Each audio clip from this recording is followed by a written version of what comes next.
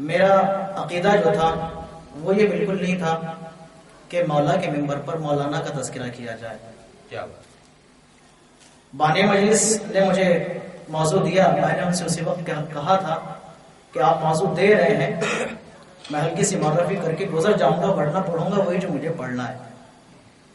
انہوں نے کہا ٹھیک ہے، لیکن اب چونکہ مسئلہ یہ ہے شیعہ حیدر کردار میں کم سے کم دوسرے مسلمانوں کا ہم نہیں جانتے کہ ہمارے یہاں شیعوں میں جو عقیدت بنتی ہے وہ اپنی خواہشوں سے اپنی مرضیوں سے نہیں بنتی. ہماری عقیدتیں آیات اور احادیث کی روشنی میں ہوا کرتی ہیں. چونکہ انسان غلطیوں کا مرتبہ ہوتا ہے، اس کے دماغ میں، اس کے عقل میں، اس کی فکر میں ہو سکتا ہے کچھ کسی وجہ سے غلط چیز، غلط نظریہ راسخ ہو گیا ہو. اب ہمارا یہ شیوا ہے اہل بیت کے در کی چونکہ طالب علم ہے کہ جو نظریہ راسخ ہو گیا ہمارے ذہن میں اسی پہ اڑ کے نہیں بیٹھ جاتے. اگر کوئی حدیث، کوئی آیت یا کوئی معقول دلیل مل جائے اس نظریے کی رد میں تو ہم وہ نظریہ چھوڑ دیا. سبحان اللہ، سبحان اللہ. اور پھر جو نظریہ حق ہوتا ہے اس کو اپنا لیا کرتے ہیں. سبحان اللہ، سبحان اللہ. اگلا واقعہ میرا نظریہ یہی تھا کہ مولا کے ممبر سے مولانا کے فضائل نہیں پڑھے جا سکتے. اب وہ کہاں سے میرے ذہن میں آیا، کیسے آیا، وہ ایک الگ بات ہے.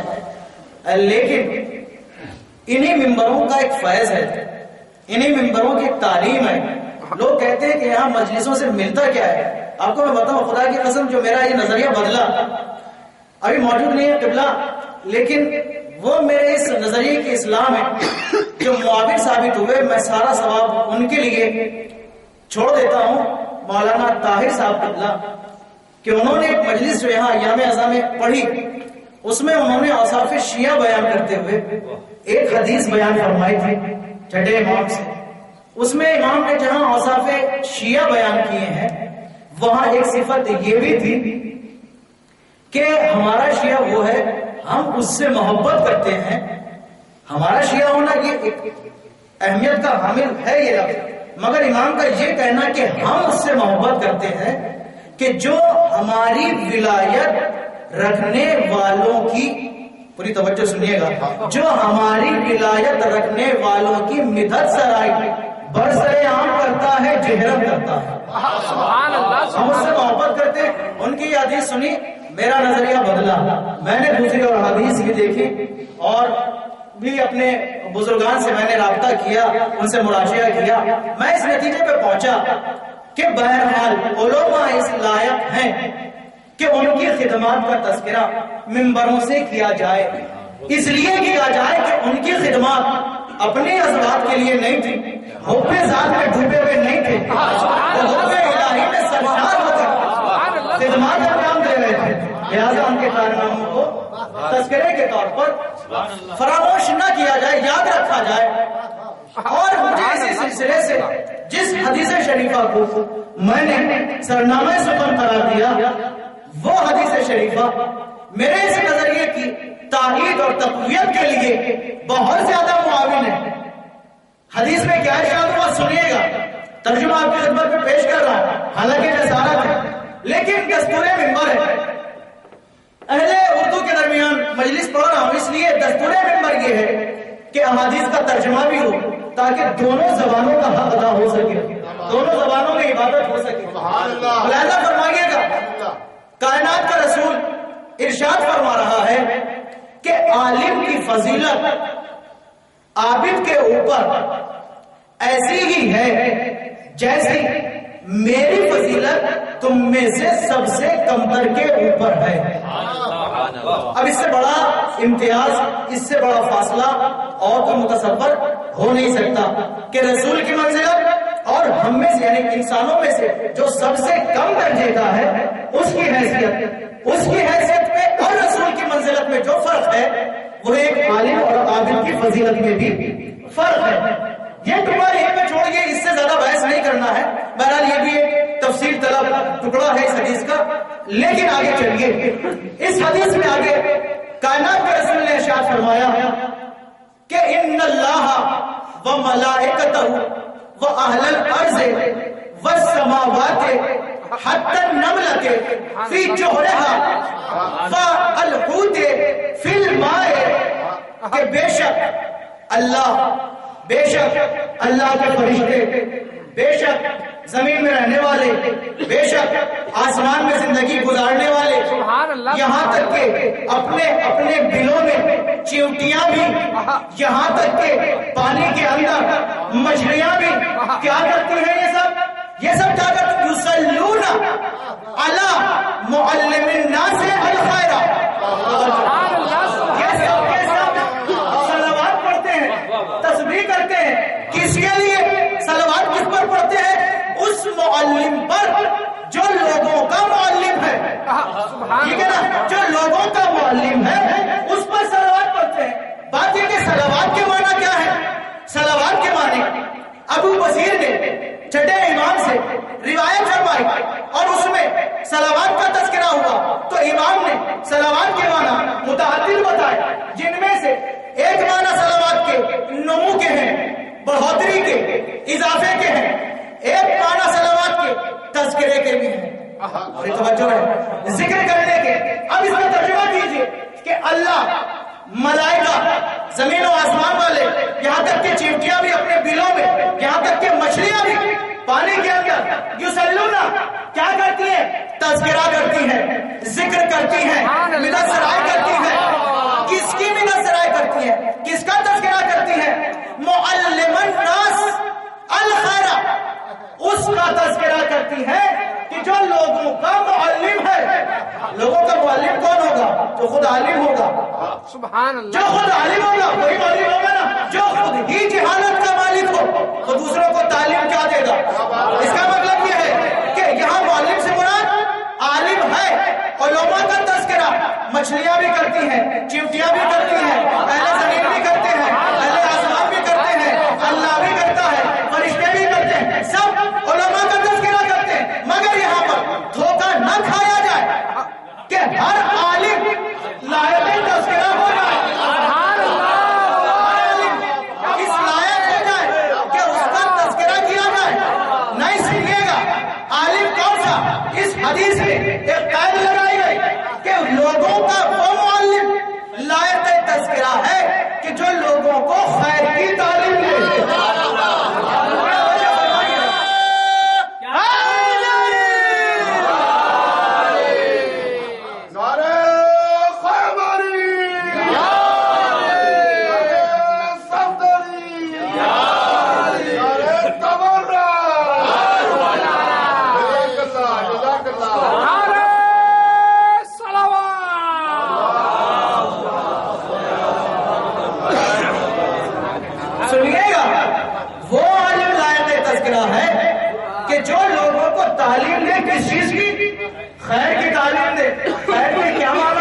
خیر کے معنی نماز، خیر کے معنی روزہ، خیر کے معنی حج، خیر کے معنی زکات، خیر کے معنی خمس، خیر کے معنی جہاد۔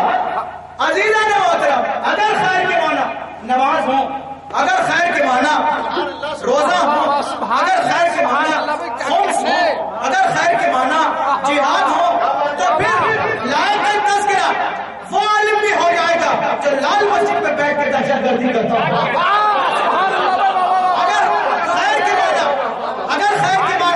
جہاد ہو جائے تو بنا میں جہاد، فساد پھیلانے والے علماء طالبان بھی لائق تذکرہ ہو جائے، مگر نہیں ہے یار محترم۔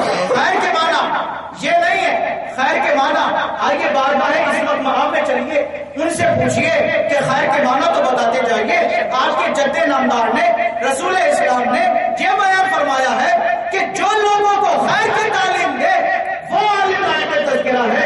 تو اے فرزند رسول خیر کے معنی بتائیے۔ روایت میں آیا کہ سئلا عن الصادق علیہ الصلوۃ والسلام،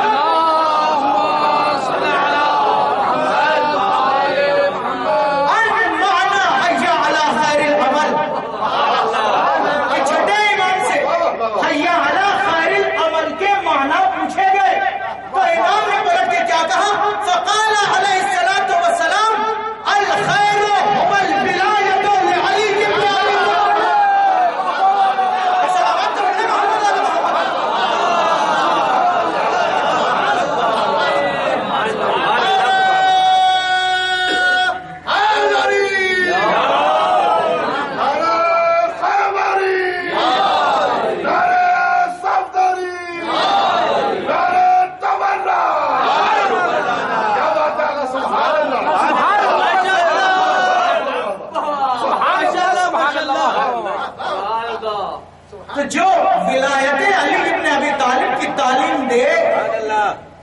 عالم کا تذکرہ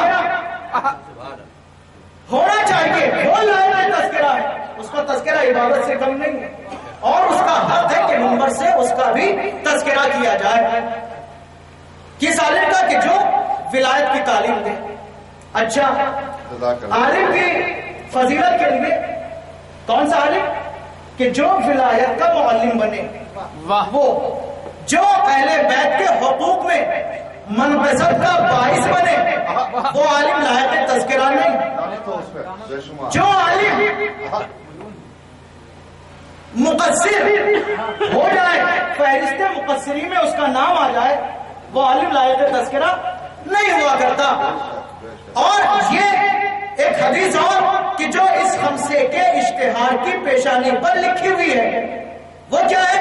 کہ مداد العلماء افضل من دماء الشہداء۔ علماء کے قلم کی روشنائی کیا ہے؟ شہداء کے خون سے زیادہ بافضیلت ہے۔ شہداء کے خون پر افضلیت رکھتی ہے کیا؟ علماء کے قلم کی سیاہی۔ کیوں؟ اس لیے کہ قلم میں وہ طاقت ہے کہ جو تلوار میں نہیں ہوتی۔ کیا بات ہے، سبحان اللہ۔ جہاں علماء کے قلم کو شہداء کی تلوار پر بھی فضیلت حاصل ہے۔ کیوں؟ اس لیے کہ تلوار ٹھیک ہے جہاد باللہ میں کام آتی ہے، مگر وہ تلوار عالم کے ہاتھ میں جنبش پانے والے قلم کا تقابل نہیں کر سکتی۔ کیوں؟ اس لیے کہ تلوار کا کام سر کو کاٹ دینا ہے، مگر قلم کا کام دلوں کو جیت لینا ہے۔ اس لیے کہ علماء کا یہ قلم جو ہے نا، جب یہ ذرا سے تحرک میں آتا ہے تو اس کی ہلکی سی حرکت سے باطل کے پورے شہر میں زلزلہ آ جاتا ہے۔ اور یہ عالم کا قلم اس حیثیت کا ہوتا ہے کہ جب اس عالم کے قلم کی نوک سے وہ آواز کہ جو سینہ ترتاز پر چلتے ہوئے نکلتی ہے، تو اس کی وہ آواز اس قوت کی حامل ہوتی ہے کہ باطل کی سماعتوں پر سورہ اسرافیل کی مانی کی موت ہو جاتی ہے۔ اور قلم کہ علماء کا معمولی شے نہیں ہے، بلکہ جوش کے الفاظ میں، جوش کے بقول یہ قلم کبھی عصائے خضر بن جاتا ہے، کبھی یہ قلم حبل الہیہ نجات کی مثال بھی بن جاتا ہے۔ اور یاد رکھیے گا، یہ قلم اگر نہ ہوتا، پوری توجہ سنیے گا، یہ جو میں آپ کی خدمت میں عرض کرنے جا رہا ہوں، آپ حضرات کی توجہات رہیں تو میں اپنے کو بڑا خوش نصیب سمجھوں گا۔ یہ قلم اگر نہ ہوتا اور یہ قلم اپنے وجود کے ہوتے ہوئے اپنی نوک سے مزراب حال پر ماضی کا ترانہ نہ چھیڑتا تو قومیں اپنی تاریخوں سے ناآشنا رہ جاتی۔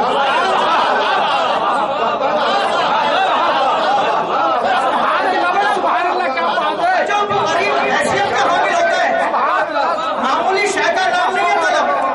یہ قلم جب شدت دکھانے پہ آتا ہے تو اس کے دہن سے وہ گرمی نکلتی ہے کہ پہاڑوں کے کلیجے برما جاتے ہیں۔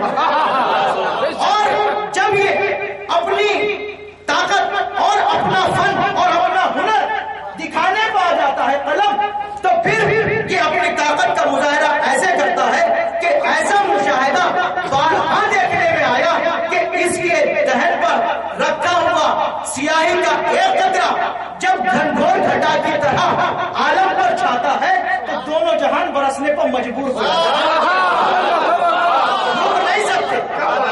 اور یہ قلم جب حق نویسی کرتے ہوئے کرتاس کے سینے پر جھکتا ہے تو اس کے جھکنے سے حق کو سریا کی بلندیاں ملنے لگتی ہیں۔ معمولی شہنہ سمجھے آپ قلم کو۔ اور یہ قلم جب غیظ و غضب اور طیش کے عالم میں آتا ہے تو یہ بھی مشاہدہ بارہا ہوا کہ سلطنتوں کو اس نے اپنی تحریر پر سجدہ بھی کروایا۔ توجہ رہے۔ اور بس آخر میں آپ کی خدمت میں یہ عرض کروں کہ یہ قلم جب اپنی عظمتوں کے ساتھ امانت ولایت کے تحفظ کے لیے آمادہ ہو جاتا ہے تو رسول کی آخری تمنا بن جاتا ہے۔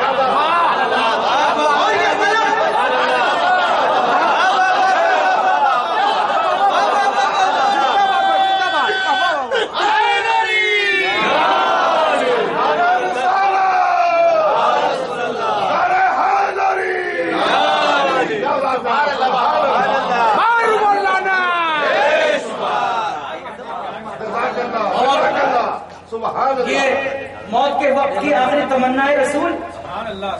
جب شعور ولایت کے ساتھ چلنے لگتا ہے یہ قلم تو یقین رکھیے خدا کی قسم بغیر دلیل کے منبر سے آگے کوئی گفتگو کرنا حماقت کی دلیل ہوتی ہے. میں جملہ کہنے جا رہا ہوں کہ جب شعور ولایت ساتھ لے کر یہ قلم چلتا ہے تو بے وزن حروف کو زمین و آسمان کی جیسا وزن عطا کر دیتا اور بے نور نقطوں کو حرفوں کو سورج اور چاند بنا دیتا ہے.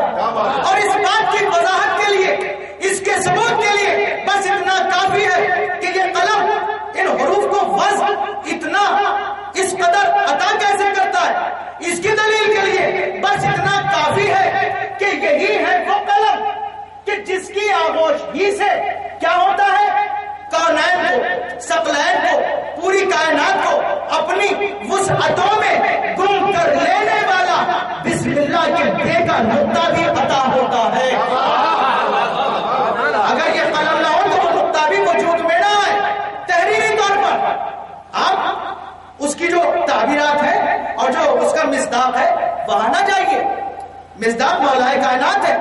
اس مصداق کو جو نقطہ ہے با کا بائے علم الہی کا جو نقطہ ہے وہ نقطہ تو ابو طالب کی ذات عالی مرتبت نے دیا ہے.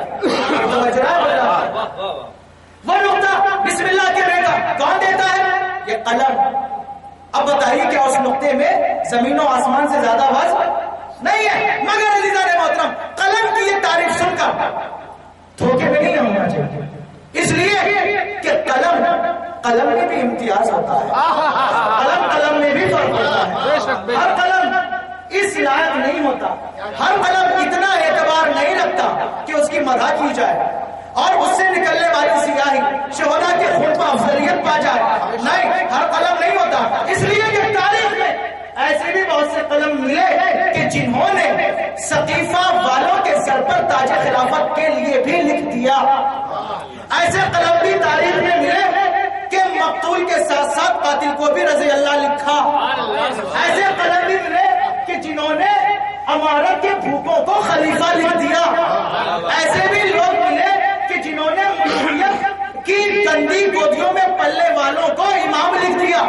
اللہ نے محترم ہر قلم سے دھوکے میں نہ جائیے گا بلکہ قلم کو دیکھیے گا. اس لیے کہ قلم کا اصلاً اپنا کوئی وجود نہیں ہوتا. خود قلم میں چلنے کی صلاحیت نہیں ہوتی.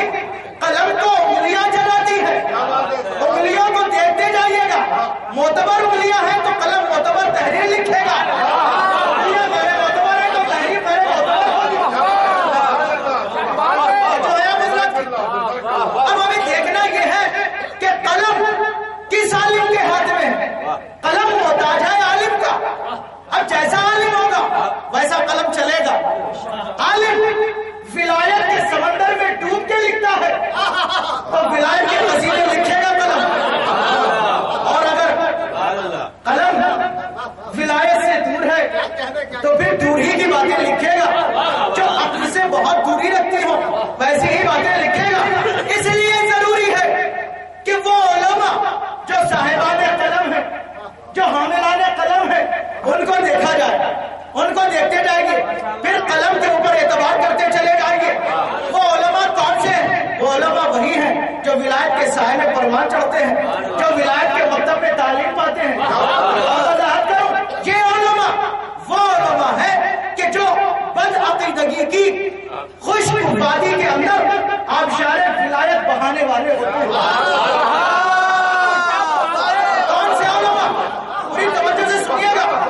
وہ علماء کہ جو باد مسموم تشدد میں جھلسی ہوئے فصل ایمانی کے اوپر نیسان ولایت برساتے ہوئے نظر آئے تو علماء کا قلم معتبر ہوگا. کون سے علماء معتبر ہیں؟ کن کا قلم معتبر ہے؟ وہ علماء کہ جو دوزخ امارت میں جھلسے ہوئے افکار پر بہشت ولایت عطا کرتے ہیں. اور وہ علماء کہ جو دیر فسق و فجور کے مناروں سے اذان ولایت بلند کرتے ہوئے نظر آئے. وہ علماء کہ جو تحلیز سلطنت سے تملق اور خوشامد زدہ پیشانیوں کو اٹھا کر مسجد ولایت میں پہنچائے. معتبر ہے،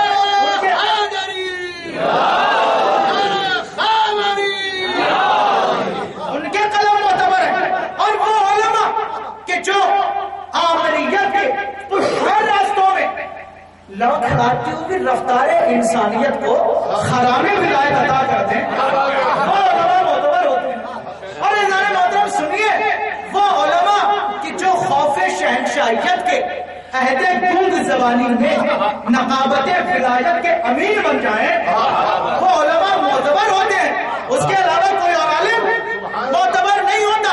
اور سنیے کہ ظلمت پسندی کے ادوار میں، پوری توجہ، ظلمت پسندی کے عہود میں، عقیدت کے تاپوں میں چراغ ولایت جلانے والے علماء وہ معتبر ہیں۔ اور سنیے بس آخری جملہ پوری توجہ کے ساتھ آپ کی خدمت میں نظر کروں کہ وہ علماء کہ جو جبروت ثقیفہ کے مصر میں، میری محنت پر آگاہ کیجیے گا، جبروت ثقیفہ کے مصر میں یوسف ولایت کو وہاں نیلام ہونے سے بچا کر بازار ہدایت پر قبضہ کر لے،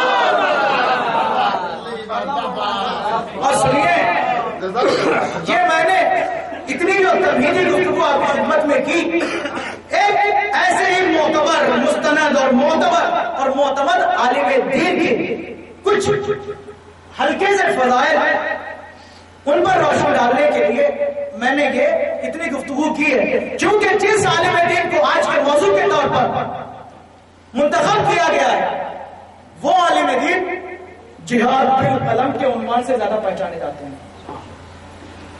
نامی ہے ان کا آیت اللہ محمد سعید الموسوی، صاحب اوقات کے عالم کا تعلق ہے، وہ ان کے پوتے ہیں تقریباً، ان کے والد ناصر ملت اور ان کے والد جناب میر حامد حسین صاحب اوقات وہ۔ اور ایک بات آپ کی خدمت میں اور بھی میں عرض کرتا چلوں، دیکھیے وہ جو پہلے میرا نظریہ تھا نا، اس میں ایک محرک یہ بھی تھا کہ بہرحال مجھے ایسا اندیشہ ہو رہا تھا کہیں نہ کہیں ذہن کے کسی گوشے میں کہ مجھے اندیشہ تملق زیادہ ستا رہا تھا، اور اب چونکہ بہرحال یہاں نجف میں یہ جس عالم دین کی تذکرہ یہاں پہ ہو رہا ہے وہ ان کے وارث بھی یہاں پہ موجود ہے، تو اب مجھے اور زیادہ ایسا محسوس ہو رہا ہے کہ کہیں میرے خیمہ اخلاص پر وہ لشکر جو تملق کا حملہ ور نہ ہو جائے۔ میں مولا سے اس منبر کے طفیل میں یہ دعا کرتا ہوں، آپ سب حضرات سے آمین کی گزارش ہے کہ میرا خلوص رہے، تملق میں نہ بدلے، خوشامد میں نہ بدلے۔ ایک صلوات پڑھیں، اگر آمین میری طرف سے آپ کر رہے ہیں تو اس کے اعتراف میں ایک صلوات پڑھ دیں۔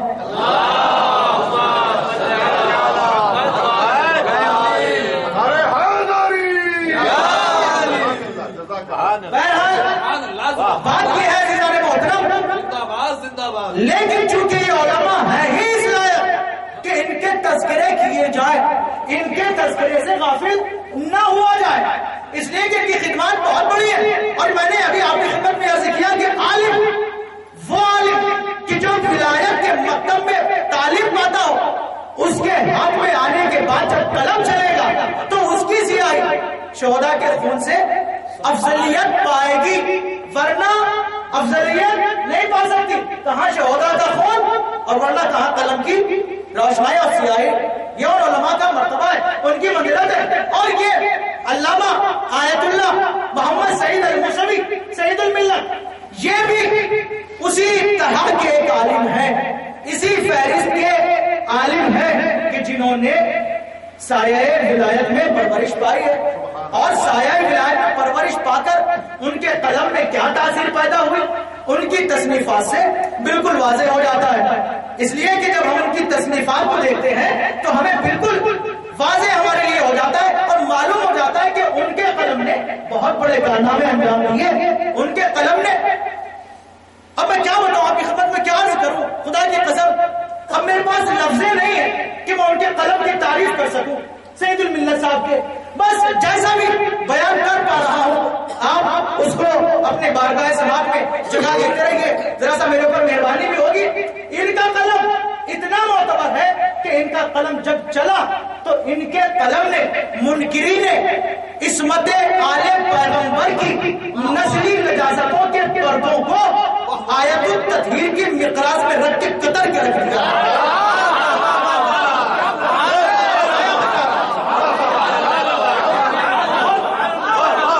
ان کے قلم نے جب چلا ان کا قلم تو ان کے قلم نے کیا کیا کارنامے انجام دیے. ان کے قلم نے مزاج ملوکیت کی مغرورانہ کیفیتوں کو آیت الولایت کی ضرب سے زمین بوس کر کے رکھ دیا. اور ان کے قلم نے بہت سارے کارنامے انجام دیے. ان کے قلم نے ہم نے بہت تاریخ میں ایسا مشاہدہ کیا کہ باہر کی تصانیف کو دیکھ کر یہ کہنے پر ہم مجبور ہو جاتے ہیں, تعریف کرنے پر, مداح کرنے پر ان کے قلم کی, کہ ان کا قلم وہ قلم ہے کہ ان کے قلم نے منافقت کی کمین گاہوں میں چھپ کے بیٹھے, رواداری کی نقاب لگا کر بیٹھے ہوئے راہزنوں کو الایمان الصحیح کی زنجیروں میں جکڑ لیا.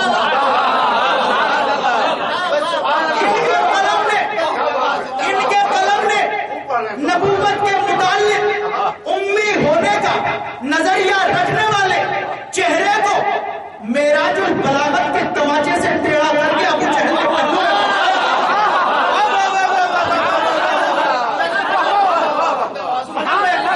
پہنچا رہا ہوں آپ کو اپنے مقصود تک. ان کا قلم معمولی قلم نہیں ہے. ان کے قلم نے بڑے بڑے کارنامے انجام دیے. ان کا قلم وہ قلم ہے کہ ان کے قلم نے لیلہ حق کو مسانید الائمہ کی مضبوط پناہگاہ میں محفوظ کر دیا. اور انہی عالم دین کی وہ کتاب بھی ہے.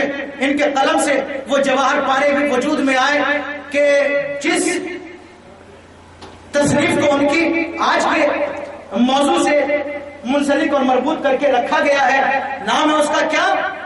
الامام الثانی عشر. اس کتاب الامام الثانی عشر نے بھی بہت بڑا کارنامہ انجام دیا ہے. اس کتاب کے ذریعے سے بھی ان کے قلم نے کیا کیا؟ خنجر بن کر بنی عباس, بنی امیہ اور اہالیان ثقیفہ کے اندر پیدا ہو گئی ہرقلیہ, کسروی, قیصریہ, ان سب کی گردنوں کو کاٹ ڈالا. کس نے؟ الامام الثانی عشر. کیوں؟ اس لیے کہ یہ کتاب الامام الثانی عشر, اب دیکھیے اس کتاب کا تذکرہ ہوتا رہے گا اور عالم دین کا بھی, صاحب کتاب کا بھی تذکرہ ساتھ ساتھ ہوتا رہے گا. یہ کتاب انہوں نے کب لکھی؟ میں آپ کو سن بتاؤں, سن ولادت اور سن طباعت ان کی اس کتاب کا. تو آپ اندازہ لگائیے کہ کتنے چھوٹے سن میں انہوں نے اتنا بڑا کارنامہ انجام دیا. 8 محرم سن 1333 ہجری کو پیدا ہوئے لکھنؤ شہر میں, اور وہاں پہلے اپنے والد بزرگوار سے, اس کے بعد وہاں کے بزرگ